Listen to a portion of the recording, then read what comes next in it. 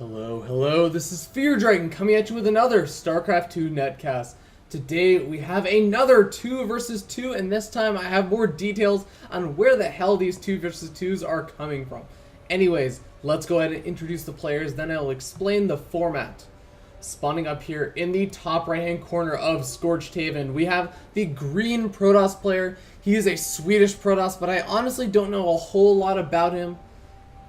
He is going to be ErA.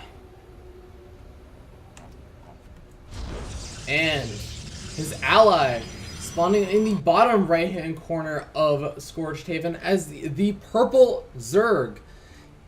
He is an 18-year-old British Zerg player belonging to the team Western Wolves. Let's see if these two players can take out their opponents. His name is Western Wolves Ziktomini. And their opponents, who I guess it looks like they're trying to speculate what the heck could be going on right now. Spawning in the bottom left-hand corner of Scorched Haven as the red Protoss, we have the very top-notch Korean Protoss player representing Team TSL. His name is TSLinori. And his ally, also a teammate for him, going to be spawning in the top left-hand corner as the Teal Terran, also representing Team TSL, a very good Terran player. We're going to have to see if these two Koreans can take on the 2v2. His name is TSLPolt. So we have two former / current Code S Korean level players versus two kind of lesser known players, but do not count them out just yet. Anyways, I'm going to explain the format for this as we see all of these little buildings go out. We see a nice little standard wall off coming out from the Protoss Terran player. Meanwhile, the Zerg Protoss player are going to just go ahead and expand inside their base.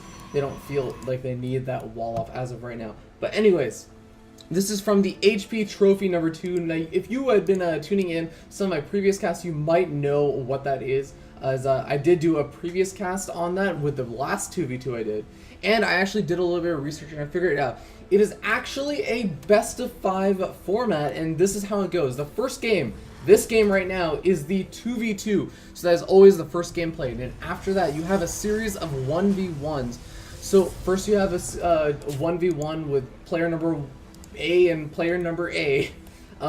So the two players A's will play against each other, then the two player B's will play against each other, and then you can kind of decide which players you want to play the 4th and 5th rounds if it comes to it. And actually we see a nice little probe scout coming out from ErA, gets a very good scout off on C, those 2 gas guys, so that is going to mean, you know, ErA's going to have a harder time doing a 4-gate or something of the sort. But we have to wonder if ErA actually did scout. No, didn't scout that natural expansion for Ziktomini. I'm just going to call him Ziki. Ziki not taking that natural is definitely indicative of saying that he's going to do a big roach all in. And here we can see those 7 roaches about to pop, indicative of that 7 roach rush style. So it's going to be high aggression from Ziki, but it looks like, ooh, very interesting. A 5-gate off of 2 gas. This is going to be a little bit delayed just because getting 5 gateways as well as that 2nd gas geyser can be a little bit difficult. But anyways, looks like TSLPolt sticking with that 1 gas geyser, going for the reactor barracks that's going to allow him to pump out quite a few Marines. In the meanwhile, he's also going to be going for those Hellions. And at the same time, his ally ErA is going to be going for that 3-gate Twilight Council. So it looks like it might be a blink play. We're going to have to wait and see. But in the meanwhile, as we see these units moving across the map, I'll finish up an explanation. So basically, it's a best of 5 format. I think there are about 48 players and 24 teams, something like that. And it's 3,000 euros on the line. So this is not a very small tournament. And it's hosted, I believe, broadcasted by Team Millennium in French. So you came here for the English class. But hold that thought. We are going to see these Zerglings and Roaches moving out. And where are...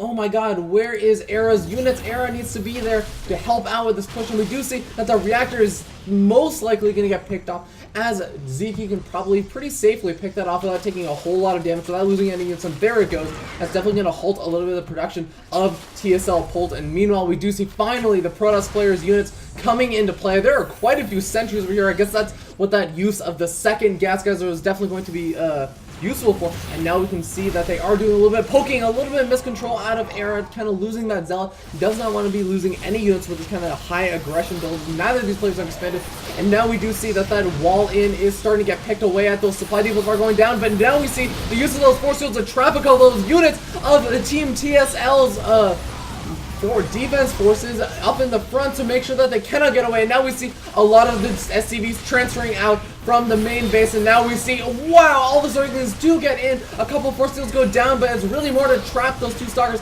Now we see that ErA's units are forced on the retreat a little bit, and now these Zerglings are going to be able to pick away at that command center. The entire wall is going to go down. That's going to really hurt the production facilities of Team TSL, and there are two more force fields stopping any of these units from running. But now we actually see the Blink Micro going back up the wall, and there's going to be actually the Cybernetic Core possibly taken out. That's definitely going to hurt ErA. He needs those stalkers to be produced, especially since he researched that warp gate, or sorry, that blink technology. And now we see instead, it looks like instead of actually finishing up that Cybernetic Core, they're going to go straight into Polt's base and see how much damage they can do. They're going to be able to easily pick off this command center without a doubt. And now there are so many force fields, and there they do decide to GG, knowing that those force fields could just stop any units from coming up the ramp. This game was decided, so very well played by both of these players. A very exciting and very action-packed game number one from Team TSL versus Team lesser-known players.